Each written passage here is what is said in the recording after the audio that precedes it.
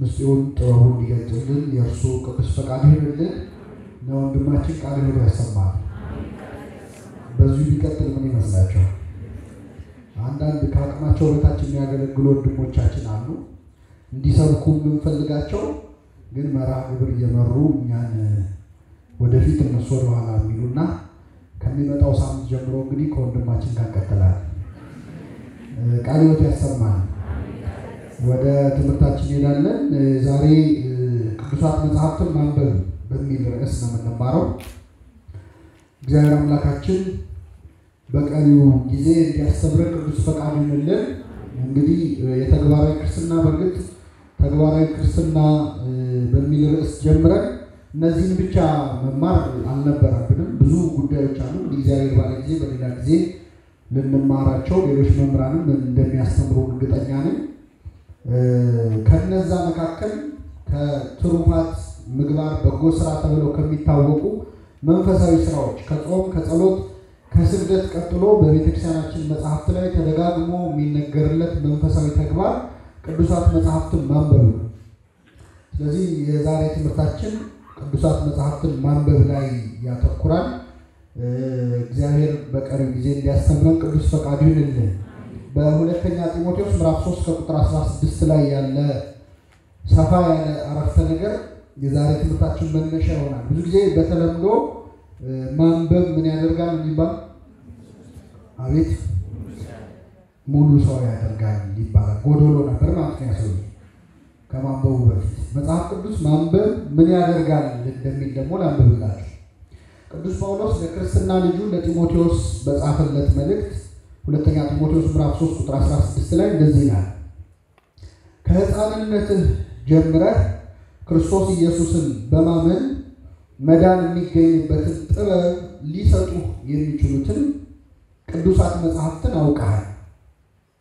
የእግዚአብሔር ሰው ወይም አንድ ክርስቲያን በአጠቃላይ የእግዚአብሔር ሰው ፍጹምና ለበጎ ሥራ ሁሉ የተዘጋጀ ይሆን ዘንድ የእግዚአብሔር መንፈስ ያለበት መጽሐፍ ሁሉ ለትምህርትና ለተግሳጽ ልብንም ለማቅናት በጽድቅም ላለው ምክር ደግሞ ይጠቅማል ይላል። ስለ ቃሉ አምላካችን ስም የተመሰገነ ይሁን። ማንበብ ሙሉ ሰው ያደርጋል ነው እኛ የምናውቀው በተለምዶ። መጽሐፍ ቅዱስ ግን ማንበብ ፍጹም ያደርጋል። የመጀመሪያው ምን ያደርጋል?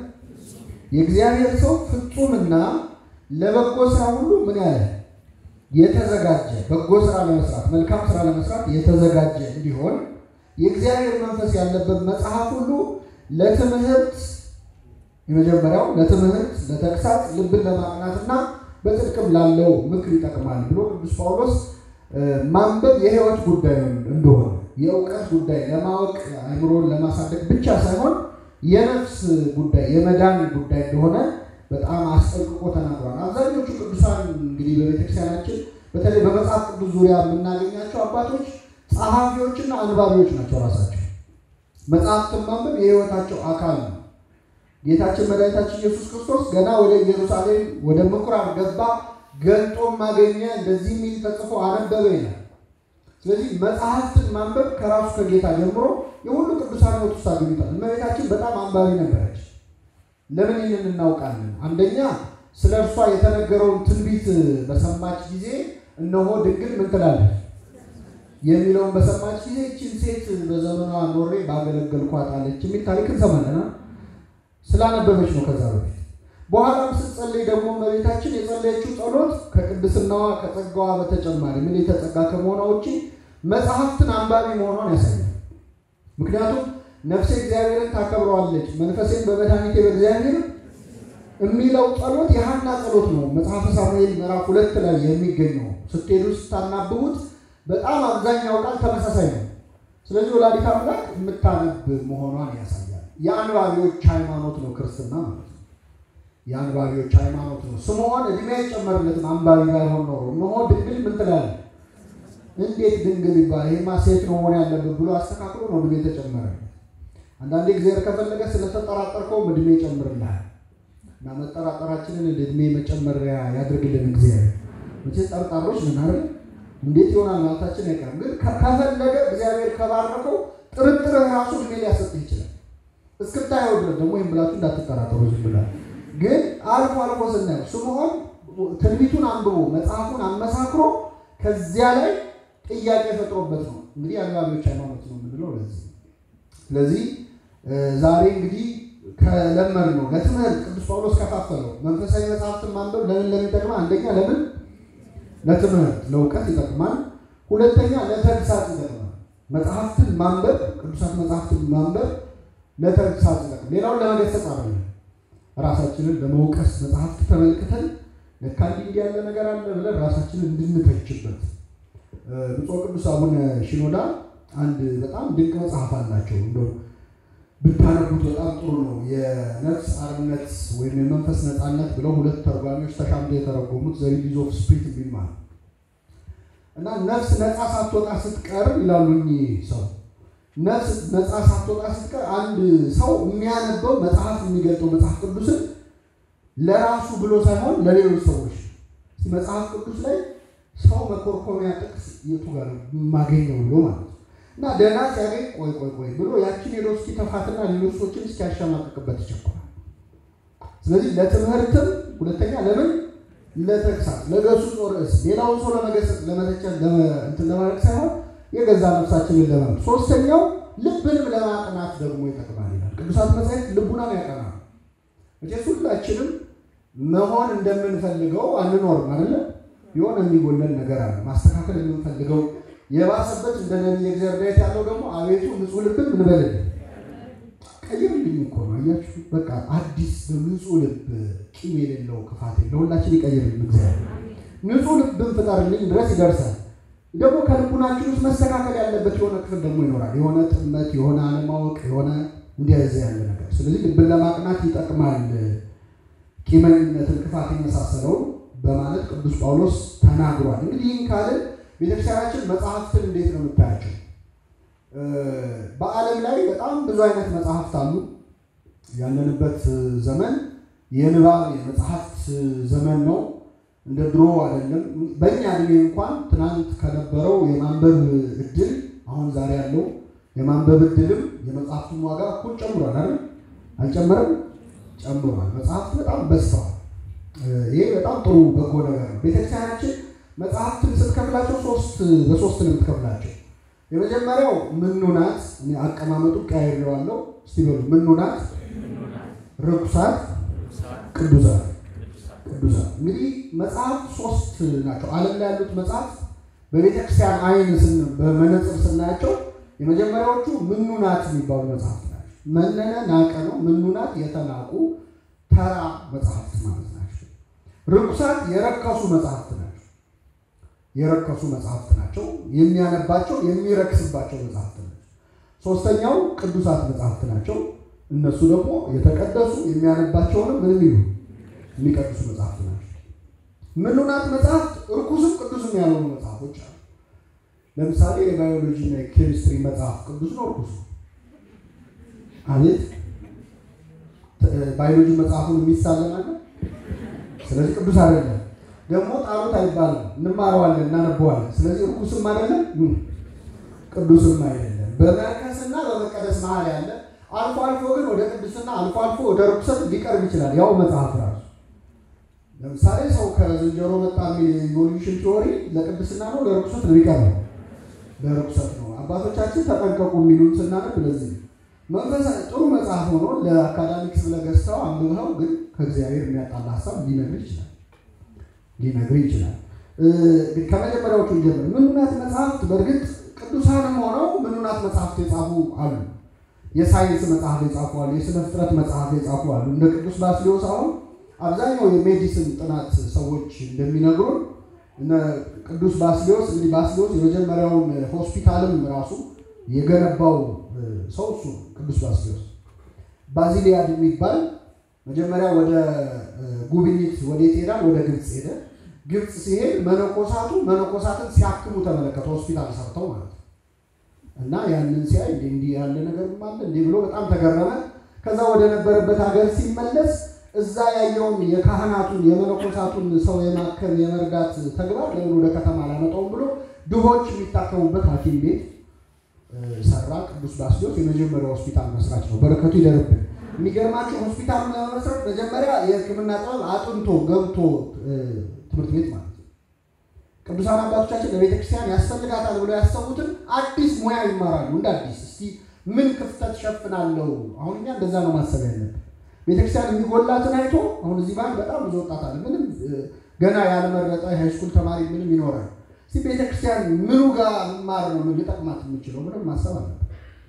እና ሄዶ ገብቶ ተምሮ እሱ ከዛ በፊት የህግ ትምህርት ላይ የተማረው ደጋግመን አንስተናቸዋል። ቤተሰባቸው ለግሪክ ፍልስፍናና ለህግ ትምህርት የቀረበ ቤተሰብ ነው።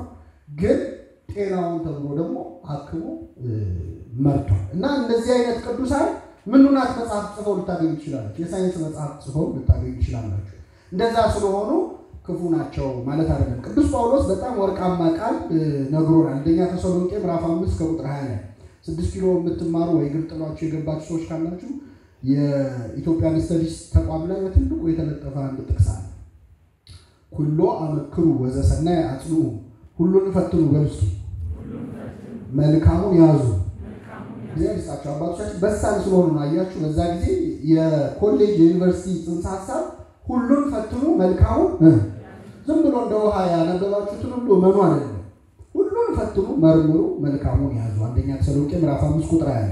በሌላ ስፍራ ደግሞ መንፈሳዊ ሰው ሁሉን ይመረምራል፣ ራሱ ግን በማንም አይመረመርም። ስለዚህ መንፈሳዊነት ማለት ከጸሎት ውጪ ከቅዳሴ ውጪ ከነገር እግዚአብሔር ውጪ ሌላ ቃል አለመስማት አይደለም። መንፈሳዊነት ማለት ሰምቶ ተረድቶ በዛ አለመሸነፍ አለመመርመር ማለት ነው። መንፈሳዊ ሰው ሁሉን ይመረምራል፣ እሱ ግን በማንም አይመረመርም። እውነተኛ ክርስቲያን መሆን ማለት ሌላውን ያለንን ነገር አለማወቅ፣ ማህሌት ሲነሳ ጸሎት ሲነሳ ከበሮ ሲመታ ብቻ የሚሰማ ሌላውን የማይገባው ነው ማለት አይደለም። እንደዛ ለማሰብ ኦርቶዶክሳውያን በተለይ እንደዚህ ያልተማረ ሰው ሃይማኖት ለማድረግ በጣም የሚጥሩ ሰዎች አሉ። በየልብ ወለድ መጽሐፎቻቸው ላይ የመጽሐፉን ርዕሱን አልናገርም። አንድ ሰው የጻፈው ልብ ወለድ አለ፣ ፕሮቴስታንት ጸሐፊ ነው። እና ልብ ወለዱ ላይ ልብ ወለድ ነው፣ ፒውር ልብ ወለድ ነው መጽሐፍ። እና መጽሐፉ ላይ ያሉት ገጸ ባህሪያት በጣም መጥፎ ጸባይ ያላቸው ሌቦች፣ ወንበዴዎችና አረጋውያን አሮጊቶች ኦርቶዶክሶች ናቸው። ጥሩ ገጸ ባህሪ የሆኑትና የተማሩት ሰዎች ደግሞ ኦርቶዶክስ ያልሆኑት ናቸው። ልብ ወለዱ ላይ ነው ነገራቸው። እና ደግሞ በጣም ብዙ የቤተክርስቲያን ኦርቶዶክሳውያን ሆነው ያለ መጽሐፍ ፕሮሞት የሚያደርጉ ሰዎች አሉ ሳያውቁት። ግን ምንድነው ሰብኮንሺየስሊ ሰው እንዲያስብ የሚፈልገው ኦርቶዶክሳዊነት ማለት አለመማር ከትምህርት ጥረት የገባንበት ሃይማኖት መስሎ እንዲታይ የሚፈልጉ ሰዎች አሉ። እግዚአብሔር ይቅር ይበላቸው። ይሄ መሆን የለበትም። መንፈሳዊ ሰው ሁሉን ይመረምራል፣ እርሱ ግን በሁሉ ምን አይነት አይመረመርም ነው። ምኑናት መጽሐፍት እንደዚህ ያሉ የፍልስፍና የልብ ወለድ የሳይንስ መጽሐፍት አሉ። ቅዱስ ጳውሎስ በሌላ ርዕሰ ጉዳይ ቢሆንም ሰውነትን ለስጋዊ ነገር ማስለመድ ለጥቂት ይጠቅማል፣ እግዚአብሔርን መምሰል ግን የአሁንና የሚመጣውን ሕይወት ተስፋ ስላለው ለነገር ሁሉ ይጠቅማል። መንፈሳዊ መጽሐፍትን መመልከት ለዚህኛው ማለት ለወዲያኛው ማለት ይጠቅማል። ስጋዊ መጽሐፍትን መመልከት ማንበብ ደግሞ ለጥቂት ጊዜ ቢሆን ይጠቅመናል። የት ለምንኖረው ኑሮ ማለት ነው። ስለዚህ ልብ ወለዶችን አታንብቡ አትልም ቤተክርስቲያናችን። የፍልስፍና መጽሐፍት አታንብቡ አትልም። ግን በጥንቃቄ ማንበብ፣ ዝም ብሎ አምኖ አለማንበብ። የጥንቆላ መጽሐፍት ሆነው ግን ልቦለድ ተብለው የሚሸጡዋል። የጥንቆላ መጽሐፍት ሆነው ግን ውስጣቸው ያለው ሐሳብ ዝም ብሎ ፋንታሲ ሳይንስ ፊክሽን ምናምን ይባልና ውስጡ ግን ስትገባ አስማት ምናምን አለ። ይህንን በጣም ዓለምን ያጥለቀለቁ በብዙ ሚሊዮን ኮፒ የተሸጡ መጽሐፍት አሉ። ስለዚህ እነዚህ ምኑናት መጽሐፍት ነው እናነባቸዋለን፣ ግን ያን ያህል ቦታ እንሰጣቸው አትከለክለንም። ቤተክርስቲያን ከጥንቃቄ ጋር ጠርጥር ከገንፎ መሃል አይጠፋም ስንጥር ይባላል። ገንፎ ውስጥ የሆነ ነገር ይኖራል። ስለዚህ ዝም ብላችሁ አትብሉ፣ ተጠንቅቃችሁ አንብቡ ነው። ሁለተኛው ርኩሳት መጽሐፍት ናቸው፣ የረከሱ መጽሐፍት ናቸው። እነዚህ ደግሞ የጥንቆላ መጽሐፍት፣ የክህደት መጽሐፍት ናቸው። ከጥንቆላው ልጀምር። ሐዋርያት ሥራ ምዕራፍ 19 ቁጥር 19 ላይ ቅዱስ ጳውሎስ በሐዋርያት ፊት ንስሐ ሊገቡ የመጡ አስማተኞችና ጠንቋዮች ነበሩ እና መጡ። ቅዱስ ጳውሎስ አስተማራ፣ ቅዱስ ጴጥሮስ አስተማራቸው። ምን ተንግበራሉ፣ ተመለሱ። በጣም ብዙ ሆነው ነው የመጡት ጠንቋዮችና አስማተኞች። ከዚያ ምን አደረጉ? ከአስማተኞችም ብዙዎቹ መጽሐፋቸውን ሰብስበው በሰው ሁሉ ፊት አቃጠሉት። ዋጋው ቢታሰብ 50,000 ብር ያህል ሆኖ ተገኘ ይላል። በጣም ድንቅ ነው። ስንት ብር የሚያወጣ? ስለዚህ ሰብስበው በኪሎ ሸጡ። ገብቷችኋል አይደል? አሁን 50,000 ብር የሚያወጣ መጽሐፍ ቢኖረን የክህደት መጽሐፍ ቢሆን እናቃጥሏል? አይ ለድሃ ሊጠቅም ይችላል ብለን መጽሐፉ ወይ የሆነ ለህሊናችን እንደው እንዳይወቅሰን እኔ ባልጠቀምበትም ብለን እኔን እናሻግረዋል። ግን የጥንቆላ መጽሐፍት፣ የክህደት መጽሐፍት ምንድነው መደረግ ያለባቸው? መቃጠል ነው ያለባቸው። ማቃጠል ነው። ወዲያው ማቃጠሏቸው። ብሩ ሳያሳሳቸው አዲስ አማንያን ናቸው። ስንት ዓመት የለፋንበት ምናምን አላሉ። አጠፍ ቢያጓጉንም ማቃጠል አለብን። አባቶቻችን ይላሉ እባብን ግደል በሉ እስኪ። ከነበቱ ገደል ምን ማለት ነው? እባብን ሊገደል የሚችለው በዱላ ተጨፍጭፎ ነው አይደል? እባቡን ጨፍጭፈነው ገለነው ዱላው ላይ ምን ይቀራል? መርዙ ይቀር። ቤት ይዘው ከገባ በመርዙ ትጎዳበት ይችላል። ስለዚህ እባብን ግደል ከነበቱ ገደል። የርኩሰት የጥንቆላ መጽሐፍት ምንም ሌላ እንትን የላቸው፣ መቃጠል ያለባቸው፣ ሰብስቦ ማቃጠል ያለባቸው። እነዚህ መጽሐፍት እነማን ናቸው ካላችሁ በጣም ብዙ አሉ። አሁን ቤተክርስቲያን በር ላይ ብትሄዱ የሚሸጡ አሉ። ቤተክርስቲያን የከለከለቻቸው ለግርማ ሞገስ፣ ለትምህርት የሚገባው ለማይገባው ሰው አልጋ ላይ እንትን ለሚል እንደዚህ አይነት መጽሐፍት አይታችሁ ታውቁ? እኛ መግረሬ ጸር ከተባለ መግረሬ ጸር አቡነ ዘበሰማያት ነው። ጠላት የሚያርቅ ጸሎት አባታችን ሆይ ከዚህ በላይ አለ? በስመ አብ ወወልድ ወመንፈስ ቅዱስ ከሚለው ቃል የበለጠ ሰይጣን የሚያባርር ቃል የለም። ስመ እግዚአብሔር ነው። እና ብዙዎቹ ደግሞ ሰይጣን ተንኮለኛ ስለሆነ ሲጀምሩ በስመ አብ ወወልድ ወመንፈስ ቅዱስ ብሎ ይጀምራል። ከዛ ጨጨጨ ዘዘዘ ምናምን ይላል። ቤተክርስቲያናችን እንደዚህ አይነት መጽሐፍ አቃጥሎ ነው የምትለው። እየሰማችሁ ጭስ በጭስ እንዳታረጉት አገሩ። ግን በጣም ብዙ እንደዚህ ነገር ይወዳል፣ አይጠፋም። ቤተክርስቲያን ደጋግማ አውግዛለች። በነገራችን ከጥንቶቹ እንጀምር እና ቅዱስ አባ ጊዮርጊስ ዘጋስጫ በቤታችን ሲለምናት ምን ይላል? ጠልሰም ከሚጠለስሙ አስማት ከሚጽፉ በከዋክብት ከሚጠረቁሉ ሰዎች አድኝ ይላታል። ታድነን እመቤታችን ሁላችን። በቃ እንደዚህ ነው። ይሄ ማለት በፊደል በምን ላይ በነገራችን ላይ አይሁዶቹም በተለይ መዝሙረ ዳዊትን ትዊስት አድርገው የጥንቆላ መጽሐፍ አድርገውታል። አንዳንዶቹ በተለይ ከሆነ ዘመን በኋላ የመጣው ሊትሬቸር በጣም ያስገርማቸዋል። የሚሄዱበት ርቀት ማለት ነው ወደ ባዕድ እንትን ለመውሰድ እና ይሄኛው ለዚህኛው ነው ጸሎት በርዕስ አይጸለይም ማለት አይደለም። ግን ልክ እንደ ኮድ እንደ የሆነ ፓስወርድ እንዲህ ስትለው የሚሰራ እንዲህ ስትለው እንደዚህ አይነት ትምህርት ቤተክርስቲያናችን የለም። እንደዚህ አይነት መጽሐፍ ጥበብ ነው ብለው በዚህ አጋጣሚ ማንሳት የምፈልገው ጥበብ ነው ብለው እንትን ይሉ የሚሞክሩ ሰዎች አሉ። ይሄ አባቶቻችን ጥበብ ነው። ሰይጣን አባታችን ነው እንዴ? አይደለም። እንደዚህ አይነት ጥበብ የለም። እና መርበብተ ሰሎሞን ምናምን ይሄ ጥንቆላ መጽሐፍት ናቸው እነዚህ። እና ሲቆይ በጥንታዊ አንድ ነገር አንቲክ ስለሆነ የጥንት ስለሆነ በብራና ስለተጻፈ ቅዱስ አይሆን። ከቅርቦቹ ሊቃውንት ደግሞ መላከ ብርሃን አድማሱ ጀንበሬ በረከታቸው ይደርብን። እሳቸው ኮኮ ሃይማኖት የተባለ መጽሐፍ ላይ የሚከራከሩት ሰው አንድ የሚያነሳው ጉዳይ መነሻ አድርገው ስለዚህ ጉዳይ በደንብ ጽፈዋል። ቤተክርስቲያናችን ደጋግማ ታወግዛለች። ከሆነ ጊዜ በኋላ ግን ምን መጣብን መሰላችሁ? ከሆነ ጊዜ በኋላ ኢትዮጵያዊነትን ከመውደድ ከማወደስ በምን ተጀመረና ሁሉም የኛ ነገር ሁሉም የትናንት ነገር ሁሉ ጥበብ ነው ወደ ማለት ተመጣ። እየሰማችሁ ነው? ሁሉም ነገር የትናንት የነበረው ሁሉ ጥበብ ነው። በብራና የተጻፉትም ሁሉ ምናምን አይደለም። በብራና ግኖስቲኮች እኮ በብራና ጽሑፍ የሚያክላቸው ወንጌላት ሁሉ ጽፈዋል። ፌክ ወንጌላት የውሸት በዛ ዘመን ጽፈዋል። ከዋናዎቹ ከቅዱሳት ከምንቀበላቸው ካኖናይዝድ ከሆኑት ወንጌላት በላይ የውሸት ወንጌል በጣም ብዙ ተጽፏል። ጥንታዊ ስለሆኑ ግን አንቀበላቸው። ስለዚህ እንደዚህ አይነት ነገር ላይ መጠንቀቅ አለባቸው። ሁሉ ነገር ጥበብ በሀገራችን ነበረ፣ በሌሎችም ሀገራት አለ። ሀገራችን በጣም ብዙ የሚያኮራ ሃይማኖታዊ የሥነ ጽሑፍ የምን ሀብት አላት። ነገር ግን ደግሞ ሁሉ ነገር ኢትዮጵያ ውስጥ የተጀመረው አይነት ዝንባሌ ያላቸው መጽሐፍት እየበዙ ሁሉም ነገር እንደውም አንድ ጸሐፊ ሲተች እንደውም ምን አለ፣ በቃ አዳምና ሔዋን እዚህ ጣና ላይ ሲንሸራሸሩ ምናምን አይነት ነገር ሁሉንም ነገር ከሌላው ዓለም ሁሉ ስቦ ወደዚህ የማምጣት ጸባይ ማለት ነው። ይሄ በጣም ጥንቃቄ ያስፈልጋል። በተለይ ግን የጥንቆላ መጽሐፍትን ማቃጠል ነው። የማያምንባቸው ሰዎች ምንም አይሆኑባቸው። ይሄንን ማመን አለባቸው። ክርስቲያኖች ከሆን እስራኤል ዘነፍስ ነን እኛ ካላመንበት አስማተ አጋንንትን ጠርቶ የዲያብሎስንና የሰራዊቱን ስም ጠርቶ ምንም ነገር ያረግ አስማት በሚያምን ሰው ላይ ሊሰራ አይችልም። አይ ሞኝና አንተ ብዙ እኮ ችግር አለ የሚል ሰው ሊኖር ይችላል።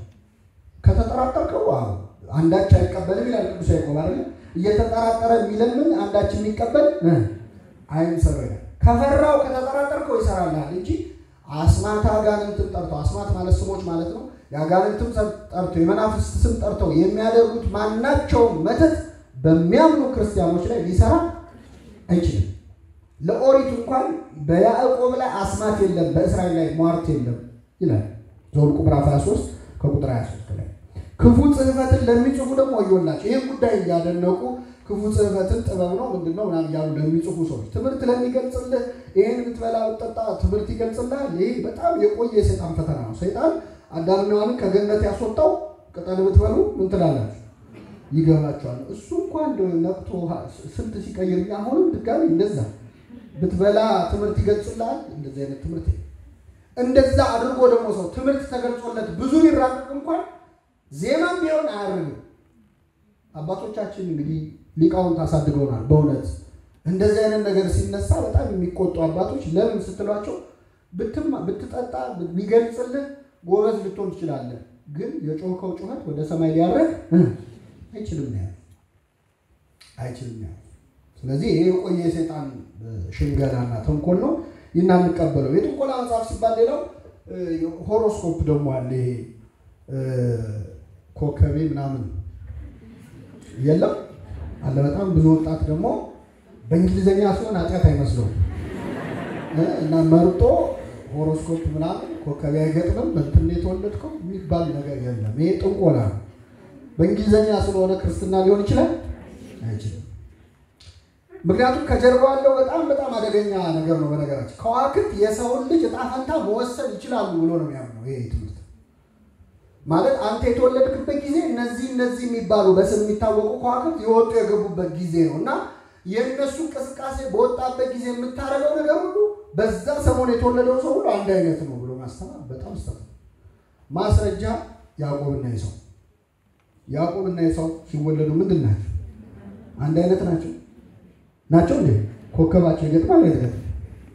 መቼ ሲወለዱ ኮከቡ አንድ ነው፣ ግን በጣም የተለያዩ። እግዚአብሔር ያዕቆብን ወደደው ኤሳውን ጠላው ሲል ድረስ ሁለት ነጭና ጥቁር ሰዎች ናቸው፣ ግን ኮከብ ካለ ኮከባቸው ስንት ነው? አንድ ነው። ስለዚህ እንደዚህ አይነት ትምህርት እንዳታ ብዙ ክርስቲያኖች እንደውም ትልልቅ ፕሮፋይል አድርገው ይዙታል። ኮከቤ በዚህ ጊዜ የተወለድኩ በእና ኮከብ የለም ባጭሩ። እሺ እኛ የሚባል ኮከብ ሰይጣን በነገራችን ላይ ሌላው የሚሰራው ተንኮል እንደዚህ አይነት ነገር እንዲገጣጠም እንዲመሳሰል ሲሆን ለነገሩ እውነት ነው የማለት ነገር እንድናስብ። በጨረቃ የሚጥለውን ጋኔን በተመለከተ ሊቁ ኦሪገን በጣም ጥሩ ነገር ጽፏል። ምንድነው ያለው? አንድን ሰው አንስቶ ልክ ጨረቃ ስትወጣ አንስቶ ያፈርጠዋል፣ ወይም ጨረቃ ሙሉ ስትሆን ጠብቆ አንስቶ ያፈርጠዋል። ስለዚህ የዛን ዘመን ያሉ ሰዎች እቺ ጨረቃ የሆነ ኃይል ቢኖራት ነው ይሄን ሰው እየልጥለው የቻለችው ብለው ወደ ጨረቃ ወደ ማምለክ ይሄዳሉ። ገብቷችኋል? ስለዚህ ከዋክብት ጋር በተያያዘ የሚከሰቱ ክስተቶች ከዋክብትን ወደ ማምለክ እንደዚህ ያደርጋሉ። እንደዚህ ከዋክብት እኛ ደግሞ አምላካችን ኢየሱስ ክርስቶስ ይሄ እንዳልሆነ ለማሳየት ሲወለድ ሰብአ ሰገልን አንደርድሮ የመራ ጌታ ፊት እንዲደፉ ያደርጋቸው ምንድን ነው? ኮከብ ነው። እኔ አምላክ አይደለሁም እንዳሰሙኝ እኔ ኑ ላሳያችሁ አምላክ ያለበት ብሎ ከዋክብትን ሲተነቱ የሚውሉትን ሊቃውንት ወስዶ ከጌታ እግር ስር መርቷቸዋል። ለእኛ ለክርስቲያኖች ደግሞ ከዋክብቶቻችን ቅዱሳን ናቸው። ቅዱሳን በከዋክብት የተመራን ነን እኛ። ከዋክብት ይመሩናል። ኮከቡ መርቶ ወደ ጌታ እንዳደረሰ ቅዱሳኑ እኛ መርተው ወደ ክርስቶስ ያደርሱናል። ኮከብ ብሩህ ይባላል ቅዱስ ጊዮርጊስ። ከዋክብት ብሩሃን ይባላል ሁሉም ቅዱሳን። ቅዱሳንን በከዋክብት ፀሐይ ክርስቶስ ተብሎ ይጠራል አይደል? የፀሐይ ክብር አንድ ነው፣ የጨረቃም ክብር ሌላ ነው፣ የከዋክብትም ክብር ሌላ ነው። ከኮከብ ያንዱ ክብር የሌላው ከሌላው ክብር ምን ይላል? ይበልጣል። ቅዱስ ጳውሎስ እኮ ነው የሚለው የፀሐይ ክብር አንድ ነው አለ። ፀሐይ ማን ነው? ክርስቶስ። የክርስቶስ ክብሩ አንድ ነው፣ የጨረቃም ክብር ሌላ ነው፣ ጨረቃም ክብሯ የተለያየ ነው። ከከዋክብትም ክብራቸው የተለያየ ነው፣ ቅዱሳንም ክብራቸው የተለያየ ነው። ከኮከብ ክብሩ ይበልጣል። የጊዮርጊስ እና የአቡነ ተክለ ሃይማኖት የአቡነ ገብረ መንፈስ ቅዱስ እና አሁን ንስሐ ገብቶ ይቅር በለኝ ብሎ ወደ እግዚአብሔር መንግስት የገባ ሰው ክብራቸው እኩል ሊሆን አይችልም። እንደየገድላቸው እንደየደረጃቸው ከዋክብት ቅዱሳንም ለዚህ ነው። መነኮሳት ገዳማውያን እነሱ ለኛ ከዋክብት ናቸው። ከዋክብት ግን ወደዚህ እንዲመጡ አይፈልግም። አሁን ኮከብ አንድ ኮከብ ወደ ምድር ቢመጣ ምድርን ስብርብሯን ሊያወጣት ይችላል። ስለዚህ ከዋክብት እዛው ነው መቆየት ያለባቸው ለማብራት አይደል? ስለዚህ መነኮሳትን በገዳም እዛው ወደዚህ ከመጡ ኮከብ መሆናቸው ምን ይላል? ይቀራል፣ ይጋጫሉ። እኛም እንፈተናለን እነሱም ይፈተናሉ እየተባለ ይተነተናል። ስለዚህ ከዋክብትን እንደዚህ የመሳሰለውን ነገር ማመን አይገባም። ርኩሳት መጽሐፍት ሁለተኛ የመናፍቃን መጽሐፍት ናቸው፣ የክህደት መጽሐፍት። ቅዱስ ጴጥሮስ እንዲህ ይላል፣ በእነዚያ ዘንድ ለማስተዋል የሚያስቸግር ነገር አለ። ምን ለማለት የሚያስቸግር? ለማስተዋል ለመለየት የሚያስቸግር ያልተማሩትንና የማይጸኑትን ሰዎች ሌሎች መጽሐፍትን እንደሚያጣምሙ እነዚህ ደግሞ እንደ ጥፋታቸው ያጣምማሉ ይላል። ቅዱስ ጳውሎስና ጴጥሮስ ተቀባብለው መጽሐፍትን ቆንጻዮችን ክህደት የሚጨምሩ መናፍቃንን አምርረው ወቅሰዋል። እንደውም እየተጠቃቀሱ አንዳቸው ወንድማችን ጳውሎስ በተሰጠው ጸጋ እንዲህ ብሎ ነግሮናል እያለ ጴጥሮስ ጳውሎስን እየጠቀሱ የክህደት መጽሐፍትን ማንበብ እንደማይገባ ጠቅሷል። እና እንደው ለፍልስፍና የመናፍቃን መጽሐፍት መልስ ለመስጠት ሊቃውንተ ቤተክርስቲያን መምህራነ ቤተክርስቲያን ይገደዳሉ አንብቦ መመለስ ስለሚገባቸው። ሌሎቻችን ግን አንዳንድ ሰው ጥጥት አርጎ 500 ገጽ የክህደት መጽሐፍ ያነብና እየመጣ ያስቸግራል። እንደዚህ ይላል እኮ እነሱ እንዴት ነው እያለ ማለት ነው። መጀመር ካለብን ከየትኛው መጽሐፍት ነው መጀመር ያለብን? ከራሳችን። በዛ መነጽርና ሌላውን ማየት ነው እንጂ ባነበብን ቁጥር የምንታወቀው ለዚህ ነው። ማሪሳቅ የተባለው መጽሐፍ በጣም አስደናቂ ሕግ ነው ያስቀመጠው። ይረባኛል ይጠቅመኛል ብለህ የመናፍቃንን መጽሐፍ ከመመልከት የተነሳ ሁለት ነገር ይገጥማል ይላል። አንደኛ ጸጋና ክብር ታጣለህ። ከመመልከት የተነሳ ጸጋና ክብር ታጣለህ፣ የክህደት መጽሐፍትን፣ የስድብ መጽሐፍትን። ሁለተኛ የነቢያትን የሐዋርያትን መጽሐፍ በመመልከት ከሚገኝ እውቀት ተለይተህ ትጎዳለህ። ምክንያቱም የክህደት መጽሐፍትን የምታነብበት ሰዓት ማለት ምን ልታነብ የምትችልበት ነበር? መንፈሳዊ መጽሐፍትን ማንበብ ትተህ የክህደት መጽሐፍት ስታነብ እነዚህ ታጣቸዋለህ። ሌላው መጽሐፍቱ ላይ መንፈሰ ጽርፈት አለ፣ የስድብ መንፈስ አለ። አሁን የክህደት መጽሐፍ ክፋቱ ምን መሰላችሁ? በጣም ስድብ ያለማምዳል።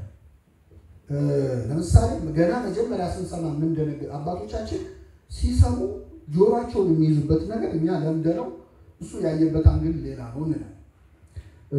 አንድ አባት ምን አረጉ የሚል ሰማው። ትልቅ የአብነት መምህር ናቸው፣ የመጽሐፍ መምህር ናቸው። እና ክብር ይግባትና እመቤታችን ከዮሴፍ ልጅ ወልዳለች ይላሉ መናፍቃንና እንዴት ነው ብለው ተማሪዎች መተው ጠይቋቸው። እኛ አባት ደንግጠው ይገርማቸዋል። ወንበር አጥፈው ለሳምንት ዘግተው ቆዩ። ገርሟቸው ማለት ነው። እንዴት እመቤታችን ከዮሴፍ ወለደች ይላሉ ብለው እኛ እንኳን ለሳምንት ለአንድ ደቂቃ እንደነግጣለን። ለምን መሰላችሁ? ስድቡን ለመድ ነው አለማመዱ። አሁን አንድ ሰው በጣም የሚሸት ቦታ ገና ሲሄድ ምን ይለዋል? ይሸተዋል። ሲቆይስ እዛው ከተወለደስ ንጹህ አየር ነው የሚሸተው አይደል? ስለዚህ መጀመሪያ ስትሰማቸው አይ የምትልበት የምትደነግጥበት ጉዳይ ስትቆይ እየለመድከው እውነት የሚያባት ወንበር ያዘጋቸው እንደወደሳቸው ባኖሩ ትንሽ ቢሆን ይገባል። ለምን ካላችሁ ቅዱስ ዮሴፍ ከመቤታችን ጋር በሩካቤ አንድ ሆኖ ልጅ ወልዷል ማለት ምን ማለት መሰላችሁ? እንኳን ተውት ሌላውን መጽሐፍ ቅዱስን ተው እኛ እንኳን አንዲት ሴት ሌሊትና ቀን እየጸለየች አንድ ወንድ አንዲትን ሴት በጣም ጸሎተኛ የሆነች ሴት ጾመኛ የሆነች ሴት መንፈሳዊ ሕይወቷ በጣም ጠንካራ የሆነች ሴት ይቺን ሴት አግባ ቢባል ትንሽ አይከብደው? አትመጥንም አይልም ይላል። መነኩሲት ከሆነች አይታ የአምላክና ከሆነች አሁን እነዚህ ሰዎች እኮ እያሉ ያሉት አምላክን የወለደችን እናት ቅዱስ ዮሴፍ እኛ ኃጢአተኞቹ ካልኮ ቤተ መቅደስ እናከብራለን። እግዚአብሔር የገባበትን በር እኮ እኛ ኃጢአተኞቹ ብዙ ኃጢአት ያለበት መቅደሱን እንፈራለን። ወላዲተ አምላክ እግዚአብሔር ነው በማኅፀኗ ያደረው እና ቅዱስ ዮሴፍ ይህን ያስባል ብሎ ማሰብ ራሱ ምን ያህል ከጉዳዩ ወርቅ እንደሆነ ነው ያሳየው። በጣም ተበላሽቷል ጭንቅላታችን ማለት ነው። ስለዚህ መሸከም አቅቷቸዋል። ቅዱስ ዮሐንስ ወንጌላዊ በሱ ዘመን ሴሬንተስ የሚባል መናፍቅ ነበርና ሲገባ ሲያየው የኤፌሶን የሕዝብ መጸዳጃ ቤት መታጠቢያ ቤት ሲገባ ሲያየው ሴሬንተስ ይገባ። ሴሬንተስ ማለት ደግሞ አይን ያወጣ መናፍቅ ነው። ከድፍረቱ ብዛት የዮሐንስ ራእይ አንተ ጻፈው እንጂ ትርጓሜው አልገባህም ይለዋል ዮሐንስ። አይገባ አንዱ ጊዜ ገፋው ጽፋዋል ንባቡ ጥሩ ነው አልገባም እና ይህ ሰውዬ ሲገባ ሲያየው ሮጦ ወጣ ከመታጠቢያ ቤት። ወዴት ነው የምትሄደው ብለው ሲጠይቁት የሁለት ጠላት የሆነው ሴሬንተስ እየገባ ነውና በሱ ምክንያት የቤት ተደርምሶ ከማለቃችን በፊት እንውጣ አለ። ቅዱስ ዮሐንስ የእውነትም በመልእክቱም እንዲህ አይነት ሰው ቢኖር የሚያስተማረውን ትምህርት ባያመጣ ሰላምም አትበሉት ይላል። ምን አትበሉ? አሁን ይህ ፖለቲካዊ ኮሬክት አይደለም በዚህ ዘመን አይደል ወይ? እስቲ አንድምታው እንዴት ነው ይላል ሰው ማለት ሰላም ይበሉት ሲል ሰላም አትበሉት ነው ምንም የለው። በእውነት ነው የምነግራችሁ። ምክንያቱም እኛ በግል ቢሆን በጣም ሰው የምንቀየው እናትህ ወንድምህና የነካ የሰደብብን ሰው የሚንገሸገሸው ላይ ለመሬታችን ያንጓጠጠ ሰው ላይ ዴሞክራት ይሆናል ምንም አይመስለው። ሌላኛው አባት ቅዱስ ፖሊካርፐስ ደግሞ እንደዚሁ መጣና በጣም የእሱ ዘመን የነበረ መናፍቅ መጥቶ አቀበና ሳመው። አወቅኝ አለ። አሬ በደንብ አውቄያለሁ አለ። ማን ነኝ ሲለው የዲያብሎስ የበኩር ልጅ አይደል ለይቻለሁ። ጥላቻ እንዳይመስላችሁ ልባቸው አባ ጊዮርጊስ ደግሞ ምን ማን አባት ገድነ በጣም ይገርማል። ኦሪት እናትና አባቱን የገደለ ይሙት ይሌለ ወይ አንቺ የሰደበ ሰው እንዴት ይኖራል? እናታና አይታች ፐርሰናል ይሰማቸዋል ማለት ነው። የሰደቡ ስድብ ትይቶም ለሌት የሩ ከወድቀ ላይ የሰደቡ ስድብ በላይ ወደቀ እንደሚል ነብይ እግዚአብሔር በቅዱሳኑ ላይ በእግዚአብሔር ላይ የሚሰደብ ስድብ እነሱን እንደመስደቡ ነው የሚሰማቸዋል። ያቃጥላቸዋል ልቡናቸው ማለት የልቡና እግዚአብሔር ያደለ ይሰማቸዋል። እንዴት አባ ጊዮርጊስ ደግሞ ይላል አርዮስ ወልድ ፍጡር በባህሪ መለኮቱ ብለህ ስትናገር መሬት ተሰንጥቃ ስላላጠች የእግዚአብሔር ቸርነቱን አደንቃለሁ። ምላስ እንደ ከጉሮሮ ተጣልቋል ጋር እንደዛ ለስተናገር ይህ ማለት የነገሩ መንፈሳዊ ትርጉም እያሉት ማለት ነው። ገብታችኋል አይደል? መንፈሳዊ አይን ያድለን ዝም ብለን እንድንነቅፍ እንድንሰራቸው ሳይሆን ነገሩን ግን በዚህ መንገድ ብናየው የሌሎችን የክህደት መጽሐፍት ለጠቅላላ እውቀት ማንበብ ጥሩ አይደለም መተው ነው እና መንፈስ ዘርፎት ደግሞ ያርፍብሃል። እዛ ላይ ያለ እንግዲህ ሰይጣን ስድብ ደግሞ በጣም ይወዳል። ራሱን ተሳዳሪ ነው። ስለዚህ ልትሳደብ ይገፋፋል። ኃይለ ቃል ያቀብልሃል።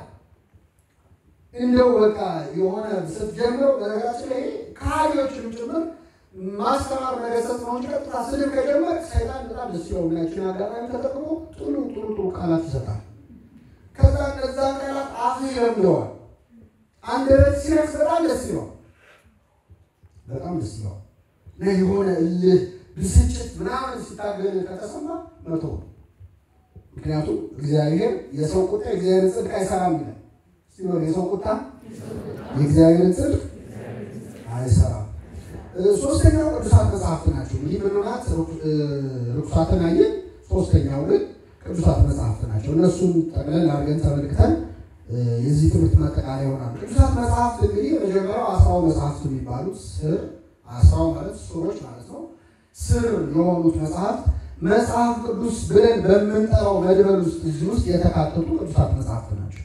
መጽሐፍተ ኦሪት 8ቱ ብሔረ ኦሪት የሚባሉት የሙሴ 5 መጽሐፍት፣ ኢያሱ፣ ሩት የመሳሰሉት የነቢያት ሁሉ መጽሐፍት እነዚህ የሐዲስ ኪዳን ደግሞ የወንጌላውያኑ መጽሐፍት ናቸው። መጽሐፍ ቅዱስ ናቸው ባጭር ቋንቋ። ቅዱሳት መጽሐፍትን ማንበብ አንድ ክርስቲያን መጽሐፍ ቅዱስን ማንበብ አለበት ነው።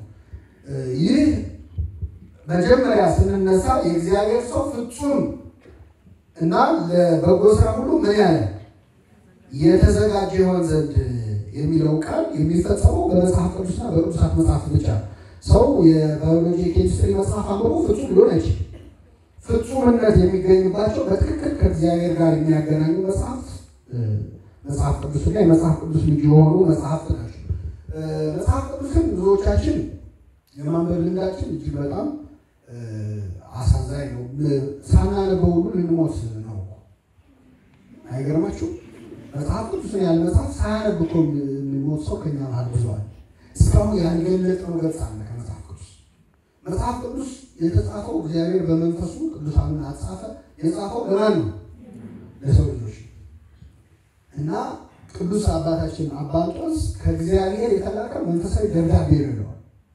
ሮማ አባ እንጦንስ አንድ ጊዜ ንጉሥ ቆስጠንጢኖስ ደብዳቤ ላከለትና አንብብ ብለው በፈረስ ጋልበው መጥተው ሲሰጡት እሺ ብሎ ደብዳቤውን አስቀመጠና መጽሐፍ ቅዱስ ያነበበ ነበር። ቀጠለ መጽሐፍ ቅዱስ ምን ሆነ ነው? ደቀ መዛሙርቱ ተቆነጠለጡ። ምን ሹመት ነው? መሬት ሊሰጠው ነው ምናምን ብለው ኧረ አባታችን አሉት። ምንድን ነው አለ። ከንጉሱ የተላከ እኮ ደብዳቤ ነው ሲሉት እኔ ከሌላ ንጉሥ የተላከ ደብዳቤ እያነበብኩ ነው አለ። ከማን ማለት ነው? ከእግዚአብሔር። አሁን ያ ከጠቅላይ ሚኒስትሩ ደብዳቤ ቢመጣልን ቁጭ አድርገን እናነባለን። መጽሐፍ ቅዱስ በፍሬም ነው የምንሰቅለው አይደል? ለመጣ ለሄደ ሰው ሁሉ እናሳየዋለን። መጽሐፍ ቅዱስ ከሰማያዊ ንጉሥ በንግስናው ህልፈትም ሽረትም በሌለበት ማለት ነው። ህልፈት የማይሞት ንጉሥ ነው። ሽረት ከስልጣኑ ምንም የማይወርድ ንጉሥ የጻፈልን መጽሐፍ ግን አናነበው። መጽሐፍ ቅዱስ አንዳንድ ሰው ከመንፈሳዊነትም ሊሆን ይችላል ካለማወቅም እንዲለቅዠት ትራስ ላይ አይደለ በራስ ሲሆን ያቃዠን ክፉ ህልም እንዳናይ ጥሩ ነው ማለት ይችላል ቃል እግዚአብሔር ሲሆን። ግን የመጽሐፍ ቅዱስ ክብሩ በልስኪ መነበቡ ዋና ዓላማው ምን ሆኖ እንድናነበው ለማንድ ህፃን ልጅ ምን አለ መሰላችሁ? በህፃናት አብሮ እግዚአብሔር በጣም ይናገራል። ህፃናት ያው መጽሐፍ ይቀበል ሲገልጡ ሲያገኙ እና አንዲት ቤት ውስጥ የተቀመጠ እናቱ መጽሐፍ ቅዱስ ሲነካት ተው አትንካ የእግዚአብሔር መጽሐፍ ነው ትለዋለች። ደጋገመች ተው የእግዚአብሔር መጽሐፍ ነው ትለዋለች። ከዛ አንድ ቀን ምናላት እማዬ እኔ የምልሽ እኛ ስለማናነበው ለምን አንመልስለትም አለ። መጽሐፉ የማመጣው ስለዚህ ምን አንልከው ታዘዋት እኮ ነው። አያችሁ የመሰለው እሱ ተውሶ የመጣ የእግዚአብሔር መጽሐፍ። ስለዚህ መጽሐፍ ቅዱስን ማንበብ በጣም የህይወታችን ትልቁ ክፍል። አሁን በጣም የሚገርም ዘመን ነው። ስልካችን የትኛውም አፕሊኬሽን ፌስቡክ በሉ ምን በሉ መጨረሻ ላይ ያየንበትን ሰዓት ይናገራል። ላስት መጽሐፍ ቅዱስ ላስት ሊኖረው መቼ ነው ያየነው? መቼ ነው የገለጠው? እና በጣም በሚያሳዝን ሁኔታ ለእኛ የተጻፈ መጽሐፍ መሆኑን መዘንጋት አለ። ግን በዚህ ምክንያት ደግሞ ኦርቶዶክሳውያን መጽሐፍ ቅዱስን ይጠላሉ እስከመባል አደረስናል። ቤተክርስቲያን በጣም የሚያስቀው በዚህ ሀገር በዚህ ቋንቋ ተርጉማ ቅርጻ ሲዛ ወርቅ በሆነ ጥራት ተርጉማ ለዚህ ትውልድ ያደረሰችው ማነች? እኛ ወልዳ ትሰደባለች ይላል። እና አንዳንድ ሰዎች አሁን አውጡ መሻሻል ይታይባቸዋል ይላል። ማን በተረጎመው መጽሐፍ ለመገማገም እኮ መጀመሪያ ማን ያመጣው አይደል? የእኛ ቤተክርስቲያን ደግሞ ህትመቱን ተውት።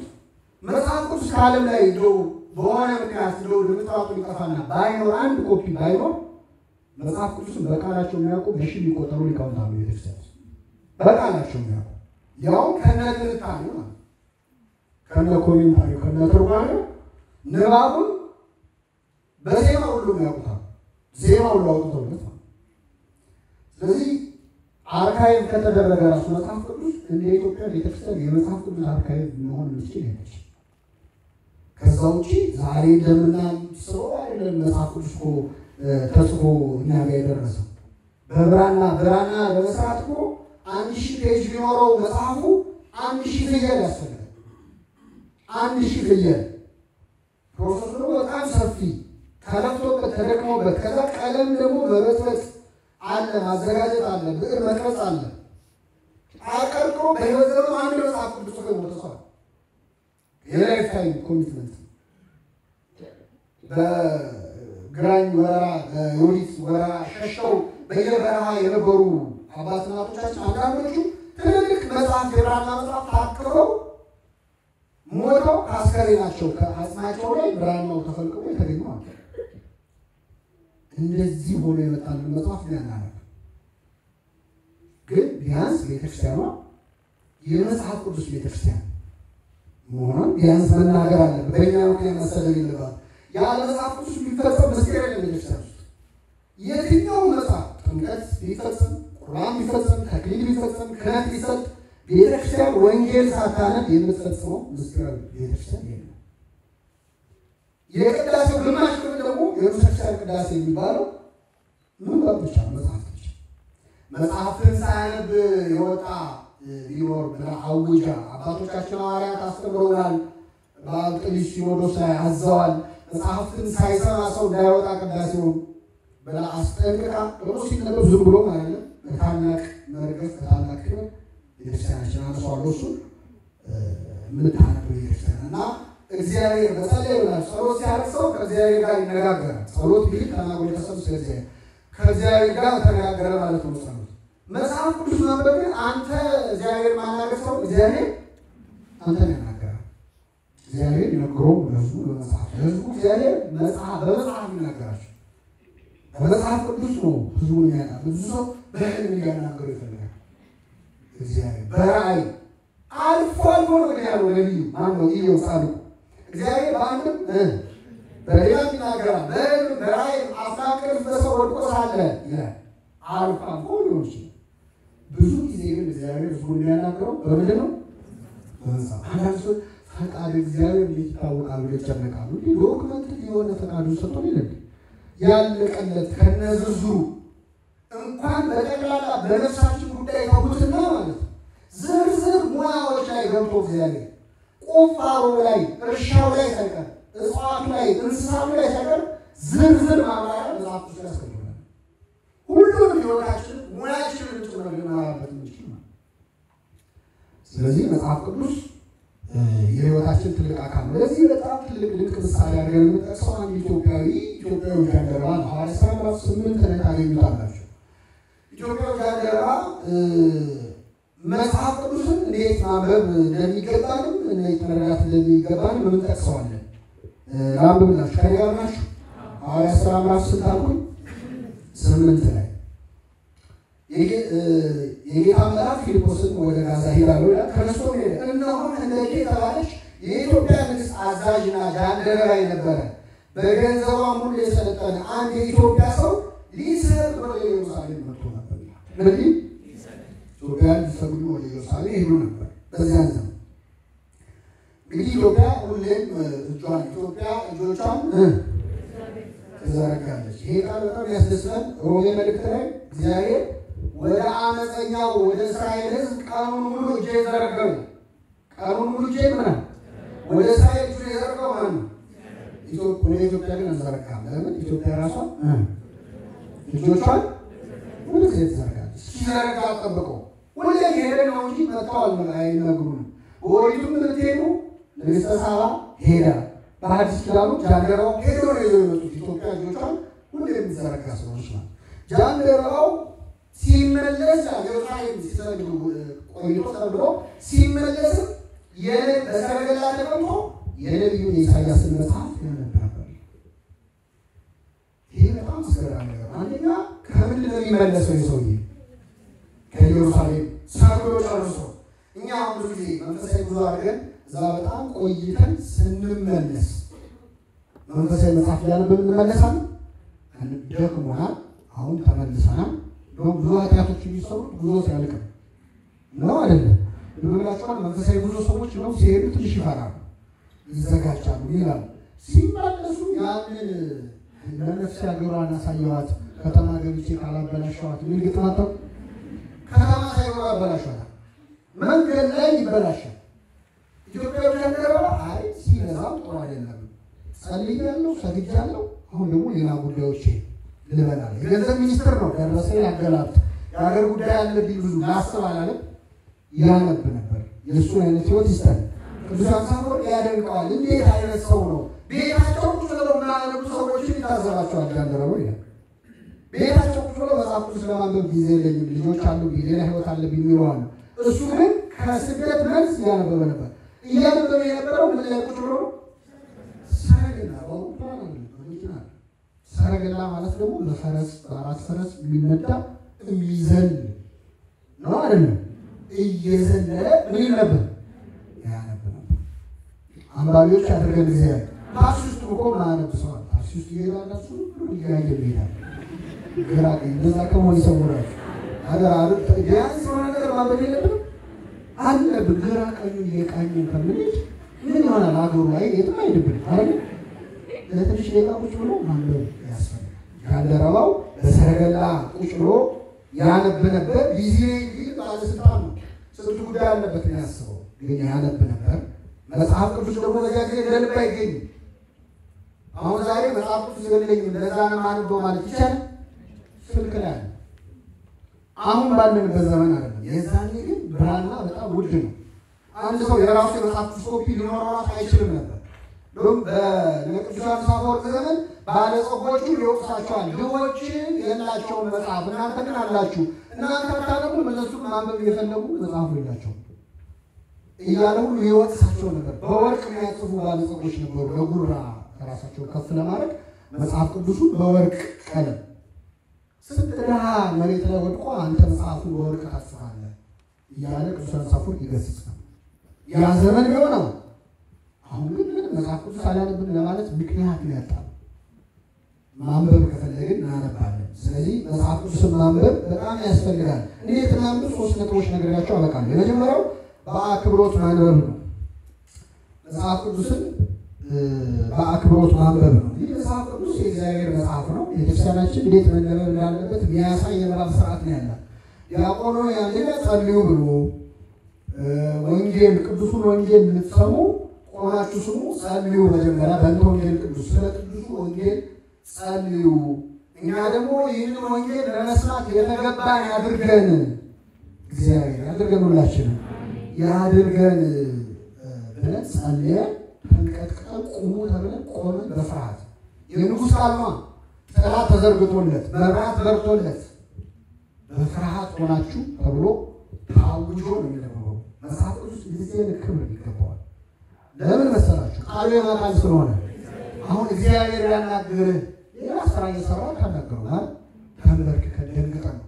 መጽሐፍ ቅዱስ ማለት ለኛ እንደዛ ነው።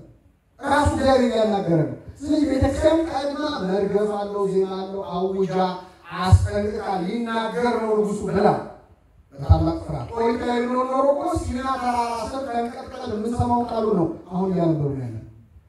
ስለዚህ በፍርሃት ሲጽፉ ራሱ ይገርማቸዋል። ቁምራን የሚባል ይሄ ዴልሲ ስክሮልስ የተገኙበት ዋሻ እና እዛ ነበር ጸሐፍት የሚጽፉት። ጸሐፍት የሚባሉ አሉ አይደል? ጸሐፍት ፈሪሳውያን ሲባል ስክራይብስ የሚባሉት እና እነሱ ሲጽፉ ይገርማቸዋል። አንድ ሰው ታጥቦ ሰውነቱን አንጽቶ ነው ብዕር ይዘው ሊጽፍ የሚነሳው እና ሲጽፍ አንድ ፊደል ከገደፈና ከተሳሳተ የተጻፈው ይቃጠላል።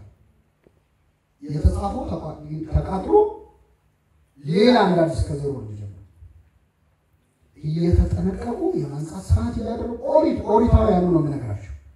እንዴት የሚበልጥ ክብር የሚገባው ይመስላችሁ? አዲስ ኪዳን እንደ ቅዱስ ጳውሎስ አነጋገር አሁን ያለው ደግሞ እንዴት አክብረን ልናነብ። ስለዚህ እንደዚህ በፍርሃት አንዳንድ ሰው እየበላ እየጠጣ ነው ያነባል መጽሐፍ ቅዱስ።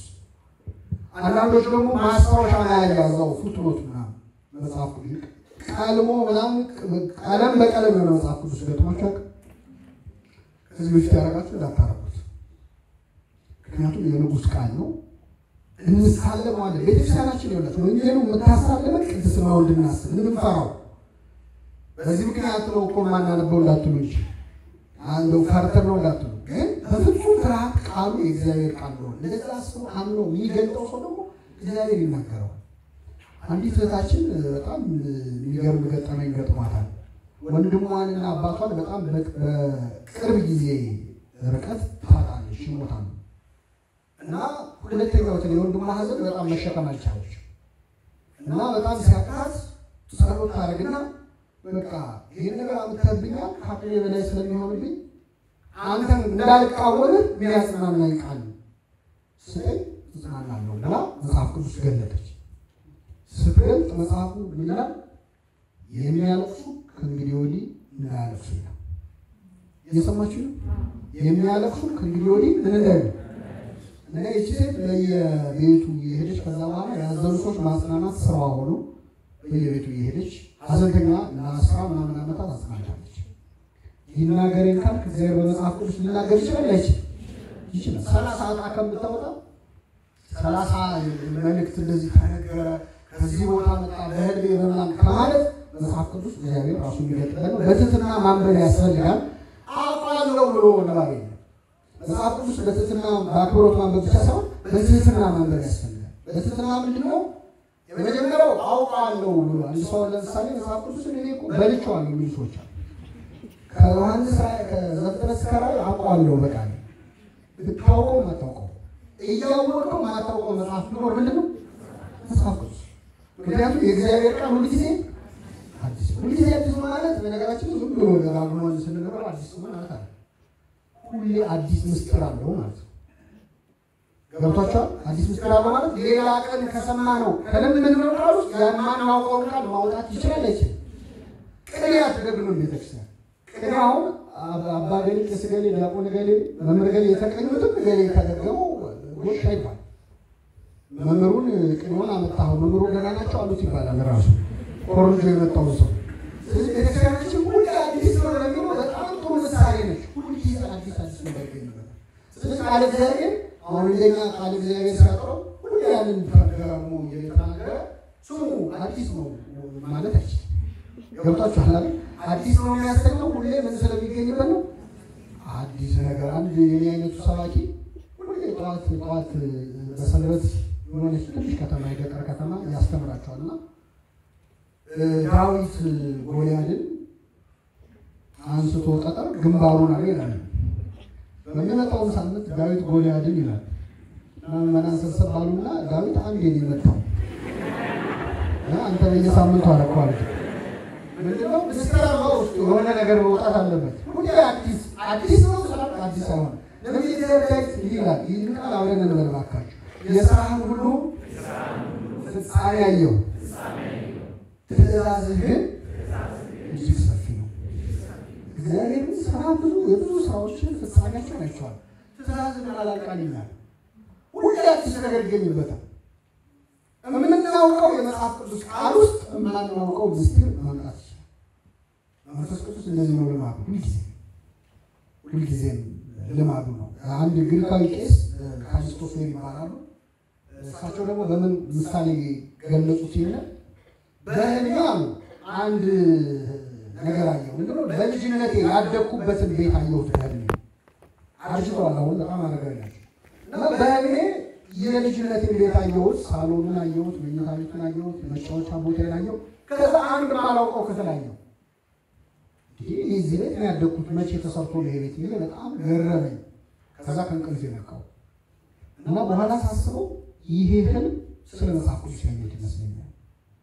መጽሐፍ ቅዱስ ተወልደህ አድገህበት የማታውቀው አዲስ ክፍል የምታገኝበት ቤት፣ አዲስ ምስጢር፣ አዲስ ሀሳብ ማለት ነው። ስለዚህ ሁሌ አዲስ ነው። ያውቃለሁ ተመርዋለሁ ሳለ እየተለማመጥን ነው። አሁን ይኸውላችሁ አዲስ ምስጢር ሊገልጥልን እግዚአብሔር እየተለማመጥን ነው። አሁን የለማኝ ትዕቢተኛ ከሆነ ግን አስቸጋሪ ገብቷችኋል አይደል?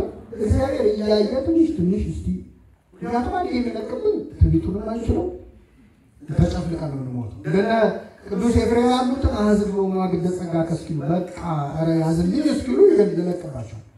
እኛ ግን ትዕቢቱንም የራሳችን እንዳይመስለን እሱ በገለጠልን የኔ ነው ብለን እንዳንታበይበት ቀስ ቀስ እያለ እየጣለ ግን እንታዳለን ካለ ሳይሆን ሶፍሽ ምስክር ተገልጾለት ካለ እግዚአብሔር ጥሩ እንትን ካለ ካመሰጠረ በዛስ ምስክር እኮ ፈሳለው ብሎ ሰዎች ላይ ወደ የሚሉ ሆነ ነዳያን ሲጣሉ ደስ ይላል እንዴ አፋይ ነው ምን ነው አይደል ስለዚህ እግዚአብሔር የዳሃት ይደግምሽ ብሎ ጸጋውን ይነሳል እቺን አገኘው ብለን ያልተቀበልከው በልስ ያንተ የሆነ ምን አለ ማለት ያንተ የሆነ ምን ትልከዘ ይነሳይ ከመካለ ከሌላ አልወሰድከው ያንተ የሆነ ምን አለ ለምን ተመካ እግዚአብሔር ሶሪያዊ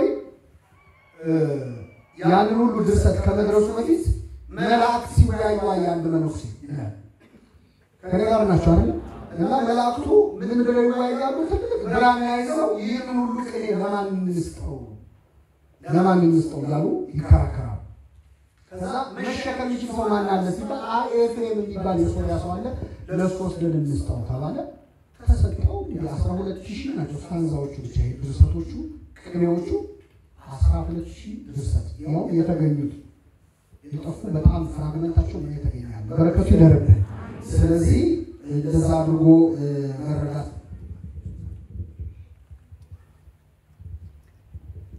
ቪዲዮ ለመጨረሻው ስመጣ በትህትና ማንበብን የሚያሳየው ኢትዮጵያዊ ጃንደረባን ላብራራላችሁና አበቃለሁ ሰዓታችን ስላለቀ ኢትዮጵያዊ ጃንደረባ መጽሐፍ ቅዱስን ሲያነብ ያደረገበት መንገድ ደግሞ አንድ ክርስቲያን እንዴት መጽሐፍ ቅዱስን ማንበብ እንዳለበት ያሳያል ጃንደረባው ያነበው የነበረው ትንቢተ ኢሳይያስ ምዕራፍ 53 ነው በእርሱ ቁስል እኛ ምን አለን ተፈወስን ነብዩ መጽሐፉ ሲጀምር የሰማነውን ነገር ማን አምኗል ይላል የሰማነውን ነገር ማን አምኗል የእግዚአብሔር ክንድ ለማን ተገልጧል ስለ ክርስቶስ ነው የሚናገር የእግዚአብሔር ክንድ እዱ መዝራይቱ ይባላል ክርስቶስ የአብ ክንዱ ይባላል ክንዱ የተባለው በክንድ የወደቀ ነገር ብታነሳ ክንዱ ካንተ ይለያል ክርስቶስ ከባህሪ አባቱ ከአብ ከባህሪ ሕይወቱ ከመንፈስ ቅዱስ ሳይለይ ወርዶ የሰው ልጅ ከወደቀበት ስላነሳ የአብ ክንዱ መዝራይቱ ይባላል ልዑል ክንዱን ምን አለለ እንላለን ስለዚህ ነብዩ ምን አለ የሰማነውን ነገር ማን አምኗል የእግዚአብሔር ክንድ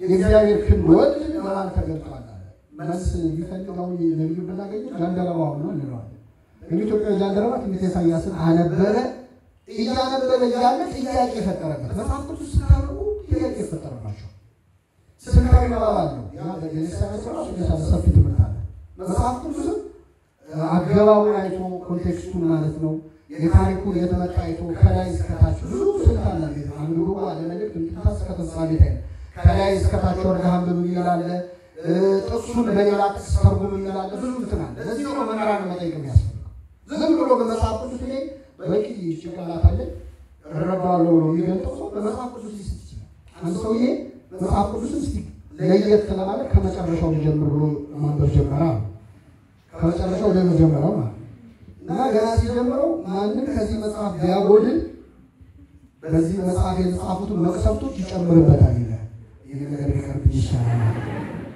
እና አናባብ ስንታል ኮንቴክስት አገባብ ደግሞ አለ እንዲሁ አንድ ሌላ ሰው ደግሞ ምን አደረገ ይባላል አንድ ይሁዳ ታንቆ ሞተ ይላል ነበር ምን ሆነ ሞተ አይ ተሰለ ታንቆ ሲገልጥ አንተም እንዲሁ አድርጊ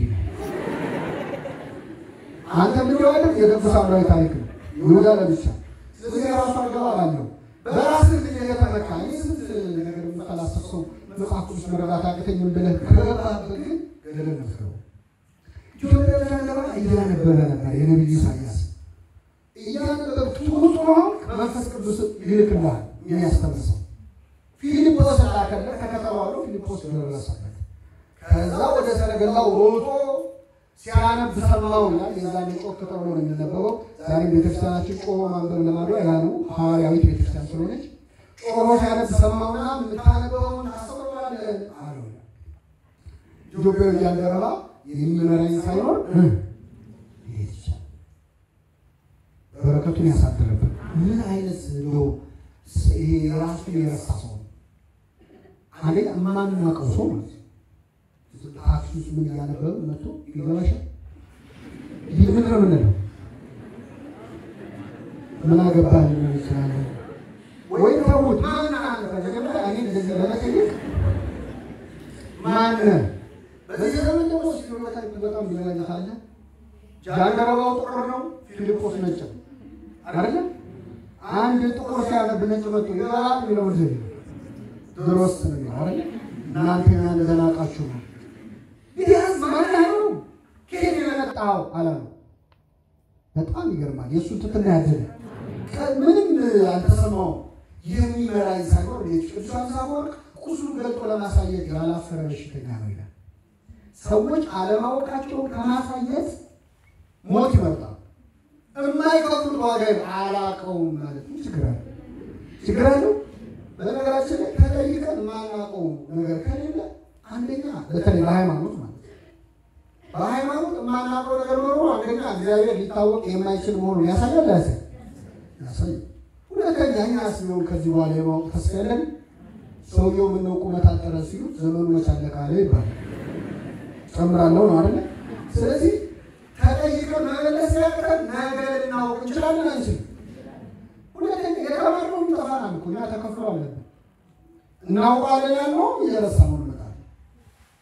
ተማርን ተብሎ ብዙ ነገር ላይገባን ይችላል። እቺን ላለማመን ግን ሰው ዋጋ ይከፍላል። ሊቅ መስሎ መታየት በጣም ስለምንፈልግ ማለት እና የሚመራኝ ሳይኖር የምታነበውታ እኔ እኮ የገንዘብ ሚኒስትር ነኝ እንደቂ በገንዘባው ላይ ሾመችኝ እንዴት ብትንቀኝ ነው ይሄ ከበን አላ ሰዎች መጽሐፎች በጣም ይዳፈራሉ። ቆይ ትንሽ ጊዜ ስታይ ለየውና ይላሉ ትርጓሜ ሊተረጉሙ እኮ ገጥሟቸው ያውቅ ውይይት ምናምን ሲደረግ ቆይ ይሉና ሊያስቡበት ነው። እንደገባኝ ከሆነ እንደገባህ አይደለም የኛ የመረዳት ችሎታ እኮ አይደለም እና የሚመራኝ ሳይሆን እንዴት ይቻለኛል? ከዛ ማለት ነብዩ ሰላም ተናግሮታል ስለራሱ ነው ወይስ ስለሌላ? ይሄ ችግር ደግሞ ኢትዮጵያዊ ጃንደረባ የተማረ ሰው መሆኑን ያሳያል። ለምን ነብዩ ስለራሱ ነው ወይስ ስለሌላ ተናገረው ብሎ ለፊልጶስ ምርጫ ነው የሰጠው። ገብቶታል? ስለራሱ ነው ወይስ ስለሌላ? ከሁለቱ አንዱ ነው ማለት ነው። ስለሌላ ነው ብሎ መለሰ። ምርጫ የሚጠይቀው እኮ አዋቂ ነው አይደል? ስለዚህ ለጃንደረባው ለፊልጶስ የጠየቀው ምርጫ ጥያቄ ስለራሱ ነው ወይስ ስለሌላ ነው? ከዛ ናና ለመነው ወደ ሰረገላው ሊወጣ አያውቀው። ከዛ በፊት አላየው። ፊልጶስ ደግሞ ልጅ ነው፣ ከሰባቱ ዲያቆናት አንዱ ነው፣ ሸሽቶ የመጣ ነው፣ ጎስቋላ ነው። ሰረገላው ላይ አክብሮ አስቀምጦ እስኪ አስረዳኝ ብሎ ተማረ። ይህ ሰውዬ ትዕቢተኛ ቢሆን ኖሮ ክርስትና ወደ ኢትዮጵያ አይመጣም።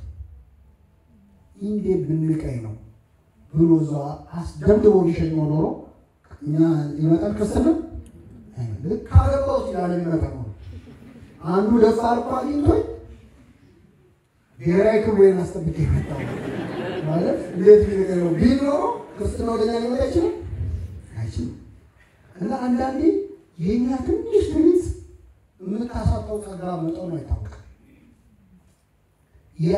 ጃንደረባው ትንሽ ትዕቢተኛ ቢሆን ኖሮ ክርስትና ይመጣ ወንጌል ወደኛ ይመጣ እሱ መጽሐፍ ቅዱስ ላይ አይጻፍ ቀጣይ ፔጁ ላይ እንደሚወጣ እኮ አላወቅም። ጃንደረባው የሰማችሁ ሐዋርያት ሥራ ላይ እንደሚጻፍ እኮ አላወቅም።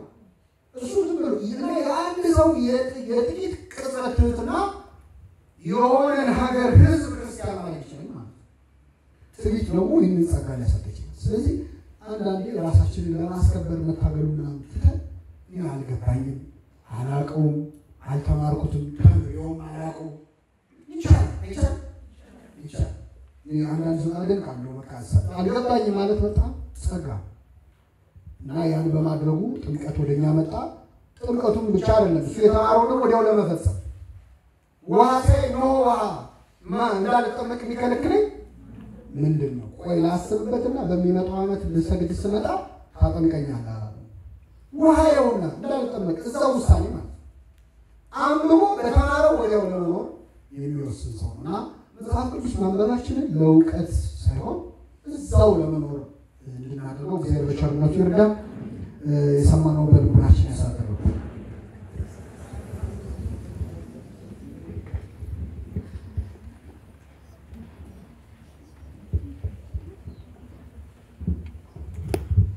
ያስተማረን የመከረን የገሰጸን አምላካችን እግዚአብሔር ስሙ የተመሰገነ ይሁን።